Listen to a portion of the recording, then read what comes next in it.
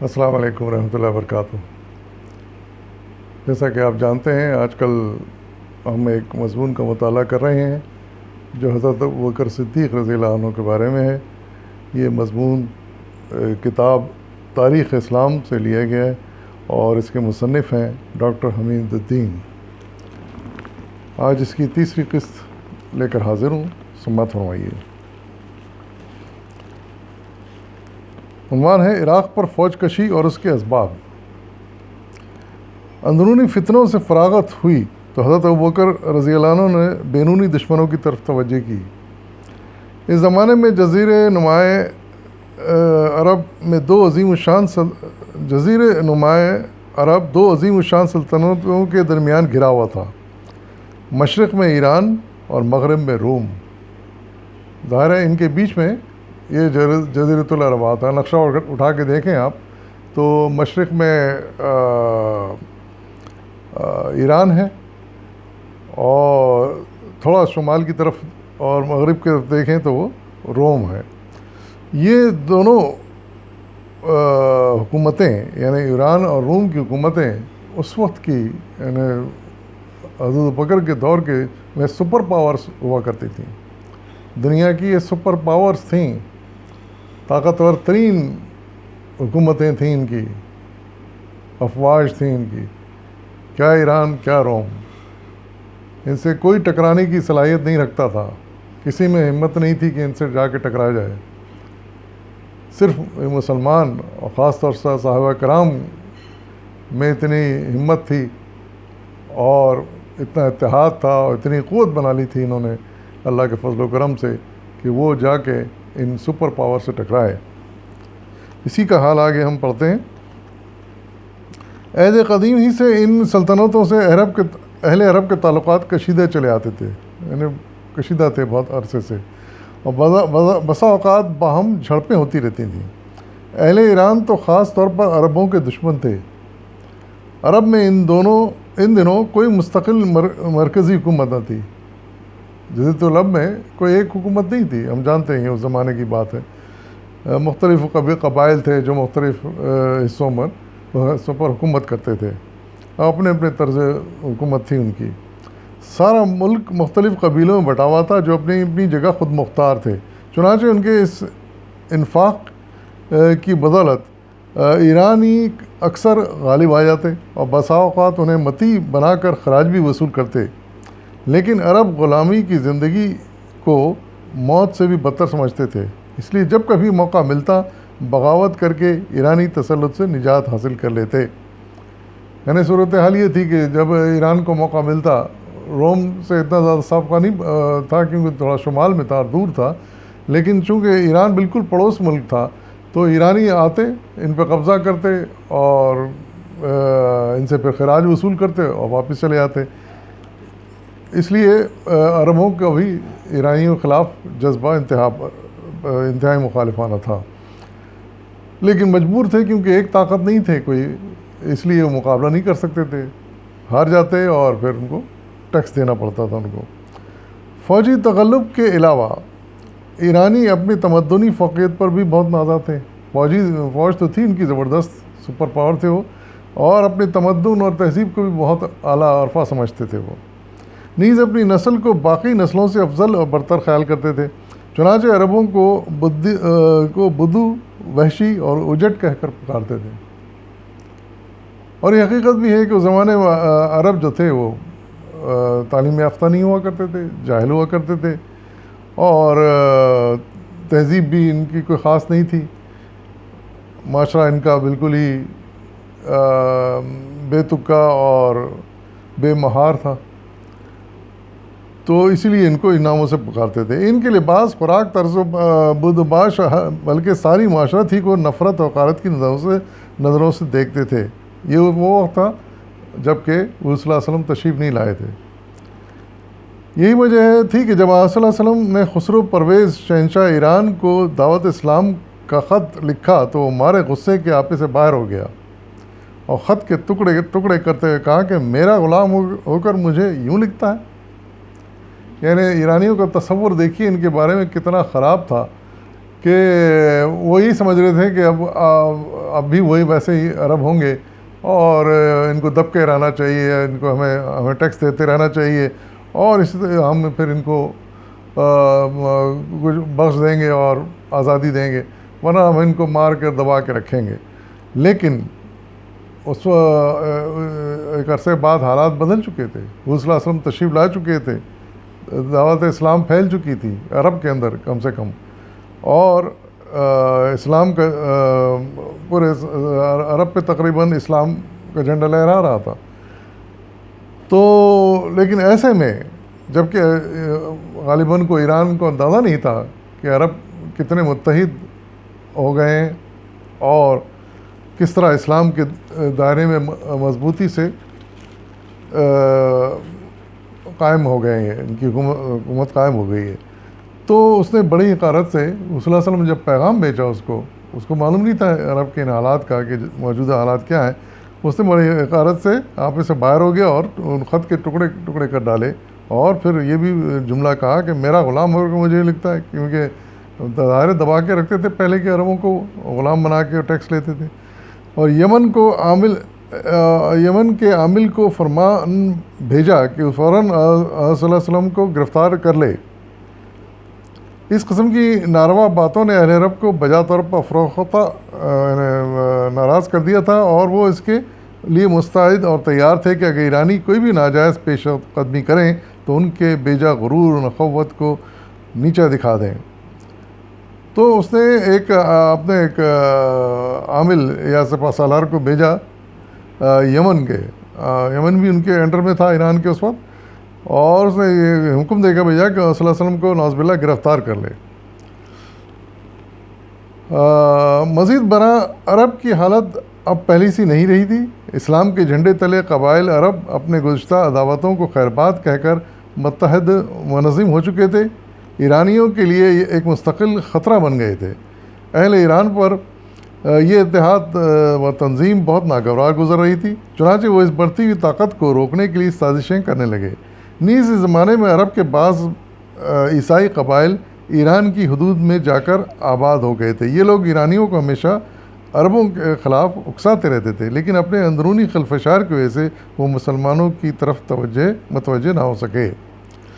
یعنی عیسائی بھی تھے اس میں جو ایرانی علاقے میں جا کر آباد ہو گئے تھے، عرب تو تھے لیکن وہ عیسائی تھے، تو وہ یہ حرکت کر رہے تھے کہ جا کے ان کو بھڑکاتے تھے، ایرانیوں کو، شاہ ایران کو اور ایرانیوں کو بھڑکاتے تھے عربوں کے خلاف۔ لیکن ایرانی چونکہ اپنے مسائل میں الجھے ہوئے تھے، اس لیے اس وقت وہ توجہ نہ دے پائے جزیرۃ العرب کی طرف۔ حضرت ابوبکر کو یقین تھا کہ جب بھی ایرانیوں کو موقع ملا وہ عربوں پر دباؤ بول دیں گے، اس لیے ان کی طرف سے ہمیشہ ہوشیار رہتے اور حفظ ما تقدم کو نظر انداز نہ کرتے۔ مزید برآں ایران کی مرکزی حکومت بادشاہ یزدگرد کے زمانے میں بہت کمزور ہو چکی تھی، خانہ جنگی انہیں سے تباہ کر ڈالا تھا۔ سرحدی علاقوں کے قبائل جو عموماً آزاد طبع واقع ہوئے تھے، ان حالات سے اور بھی دلیر ہو گئے۔ ہیرا کے خانہ بدوشوں کی مسلمانوں سے مدبھیڑ چنداں تعجب خیز نہ تھی، بلکہ عرب کے قبیلے وائل اور عراقیوں میں شدید چپقلش شروع ہو گئی۔ عراق ان ایام میں ایران کا ایک حصہ تھا، عراق ان دنوں میں ایران کا حصہ تھا۔ قبیلے وائل کا سردار مسنی بن حارث دربار خلافت میں حاضر ہوا اور عراق پر باقاعدہ حملہ کرنے کی اجازت حاصل کر کے مدد مانگی۔ تو جو قبیلے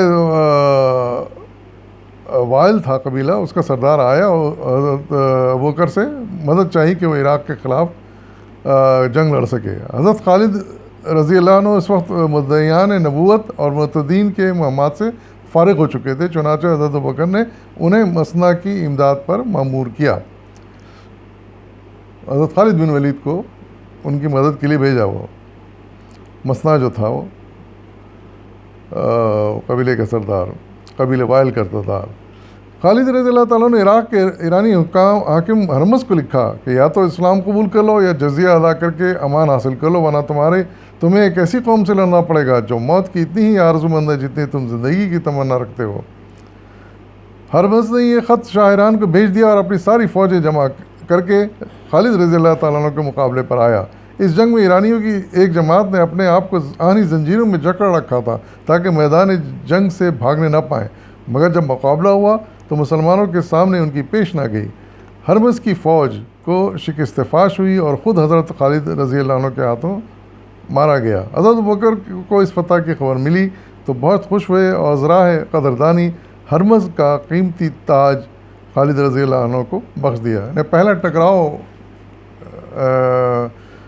عربوں کا ہے، مسلم عربوں کا خالد بن ولید کی سرکردگی میں ہوا، اور یہ ایرانی سپہ سالار ہرمز سے ہوا، لیکن وہ ہار گیا اور میدان جنگ میں مارا گیا۔ شاہ ایران نے ہرمز کی کمک کے لیے مشہور جنرل قارن کی سرکردگی میں ایک بہت بڑا لشکر روانہ کیا۔ پھر شاہ ایران نے کیا کیا کہ جب ہرمز مارا گیا تو قارن کو سپہ سالار بنا کے بھیجا اور بڑے لشکر کے ساتھ بھیجا۔ راستے میں انہیں ہرمز کی شکست کی خبر ملی تو قارن وہیں ٹھہر گیا۔ خالد رضی اللہ تعالیٰ کو خبر اطلاع ہوئی تو بڑھ کر دھاوا بول دیا اور ایرانیوں کے پاؤں اکھڑ گئے۔ قارن قتل ہوا اور اس کی فوج کے تقریباً 30,000 سپاہی میدان جنگ میں مارے گئے۔ یعنی دوسرا جو سپہ سالار تھا وہ اس سے زیادہ ہرمز سے زیادہ مضبوط تھا، وہ قارن وہ بھی مارا گیا، وہ ہار گیا اور مارا گیا۔ ارد شیر شہنشاہ ایران کو اس بربادی خبر ہوئی، ارد شیر تھا شہنشاہ ایران اس زمانے میں، جب اس کو اس بربادی اور شکست کی خبر ہوئی تو وہ سخت غضبناک ہوا اور اپنے سب سے بڑے سپہ سالار اندرزگر اور بہمن جادویہ کو عظیم الشان لشکروں کے ساتھ بدلہ لینے کے لیے بھیجا۔ بڑی خونریز جنگ ہوئی۔ خالد رضی اللہ عنہ نے اپنی فوج کا کچھ حصہ آس پاس کے نشیبی علاقوں میں چھپا رکھا تھا، چنانچہ جب ایرانی لڑتے لڑتے تھک گئے تو مسلمانوں کی اس تعداد عظم فوج نے اللہ بول دیا۔ ایرانی اس نئے حملے کی تاب نہ لا سکے اور بدحواس ہو کر بھاگ نکلے۔ ان کا سپہ سالار اندرزگر فرار کی حالت میں شدت پیاس سے مر گیا۔ تو تیسرا سپہ سالار جو تھا، جو ایرانی نے بھیجا تھا، وہ بھی مارا گیا۔ بعد ازاں خالد رضی اللہ تعالیٰ نے قبیلے بکر کے عیسائی عربوں سے انتقام لیا جنہوں نے اندرزگر کی مدد کی تھی اور اب بہمن جادویہ کی فوج میں شامل ہو گئے تھے۔ ان سے فارغ ہو کر ہیرا کا محاصرہ کیا۔ اہل ہیرا نے 1,90,000 درہم سالانہ پر مصالحت کر لی۔ اس رقم کے بدلے خالد رضی اللہ تعالیٰ نے ان کے محافظت کا ذمہ لیا اور اعلان کیا کہ ہم تمہاری حفاظت نہ کر سکیں تو تم پر کوئی رقم واجب نہیں۔ مسلمانوں کا یہ حسن سلوک دیکھا تو گرد و نواح کے سرداروں نے بھی جزیہ دینے کی شرط پر صلح کر لی۔ قعقاع بن عمرو کو ہیرا میں اپنے قائم مقام مقرر کر کے خالد رضی اللہ عنہ عراق کی طرف بڑھے اور رستے کے شہروں کو متی بناتے ہوئے عین تہر پہنچ گئے، جہاں بہرام چوبیں اپنی فوج لیے پڑا تھا۔ ایک اور دشمن وہاں پر طاق میں تھا ان کی۔ کچھ عربی نسل قبائل عقا کی سرگردگی میں اس کی مدد کو موجود تھے، کچھ عربی قبائل بھی اس کے ساتھ تھے۔ حضرت خالد رضی اللہ عنہ نے بڑھ کر عقا کو گرفتار کر لیا، اس کی فوج ہزیمت خوردہ ہو کر قلعے میں پناہ گزین ہو گئی۔ بہرام نے یہ نقشہ دیکھا تو شہر چھوڑ کر بھاگ گیا۔ خالد رضی اللہ عنہ نے بزور شمشیر قلعے کو فتح کیا اور دشمن کے تمام سپاہ کا خاتمہ کر دیا۔ عرب کے عیسائی قبائل کی شرپسندی بدستور جاری تھی۔ عرب کے عیسائی قبائل کی شرپسندی بدستور جاری تھی۔ دوماد الجندل میں جگہ کا نام ہے، ان کی ایک بھاری جمعیت سازشوں میں مصروف تھی۔ حضرت ابوبکر رضی اللہ عنہ نے ان کے تدارک کے لیے ایاز بن غنم کو مأمور فرمایا۔ انہوں نے حضرت خالد بن ولید سے امداد طلب کی۔ حضرت خالد فوراً پہنچے۔ عیسائیوں نے مسلمانوں کی آمد کی خبر سنی تو حوصلے ہار دیے۔ ان کا ایک سردار عقید بن عبد الملک خالد رضی اللہ عنہ کی تلوار کے جوہر دیکھ چکا تھا، چنانچہ اس نے اپنے ساتھیوں سے کہا کہ صلح کر لو، لیکن دوسرا سردار جودی نہ مانا اور اپنے جم غفیر کے ساتھ مقابلے پر آیا، مگر شکست کھائی اور میدان جنگ میں مارا گیا۔ حضرت خالد رضی اللہ عنہ نے اپنے بنی کلب کے سوا باقی سب قبائل کو تحقیق کر دیا۔ بنی کلب اس لیے بچ گئے کہ انہیں ایک مسلمان عاصم پناہ دے چکے تھے۔ اس فتح کے بعد خالد رضی اللہ تعالیٰ واپس ہیرا چلے آئے۔ یہاں آ کر معلوم ہوا کہ اجمی نئے سرے سے جمعیت فراہم کر کے حملہ آور ہونے کی تیاری کر رہے ہیں۔ ان کی سرکوبی کے لیے اسلامی لشکر مقام مسیح کی طرف بڑھا۔ ایک خرج جنگ کے بعد وہاں کے عیسائی عربوں کو مطیع کر لیا گیا اور فراز کی جانب جو کہ جگہ کا نام ہے جانب وہ چل دیے۔ فراز نہایت اہم مقام تھا۔ یہاں شام، عراق وغیرہ کی سرحدیں ملتی تھیں۔ اس کی حفاظت کے لیے رومیوں، ایرانیوں، عیسائیوں، عربوں نے مجتمع ہو کر مقابلہ کیا۔ دونوں فوجوں کے درمیان دریا فرات حائل تھا، لیکن غرور نخوت کے نشے میں سرشار لشکر کفار دریا پار کر آیا۔ بڑا گمسان کا رن پڑا۔ مسلمان ایسی بے جگری سے لڑے کہ کفار کے پاؤں اکھڑ گئے۔ دریا حائل ہونے کی وجہ سے بھاگنے کا کوئی راستہ نہیں تھا۔ نتیجہ یہ ہوا کہ قریب دشمن کی تمام فوج برباد ہو گئی۔ اس مہم کے بعد خالد رضی اللہ عنہ مسنا کو عراق میں چھوڑ کر حج کو چلے گئے، اور جب واپس آئے تو انہیں شام کی مہم پر بھیج دیا گیا۔ اس طرح ایک کے بعد دیگر سپر پاور کے جتنے سپہ سالار تھے وہ شکست کھا گئے حضرت خالد سے، اور مسلمان غالب آ گئے۔ اس طرح ایران سپر پاور کو ختم کیا گیا۔ اجازت دیجیے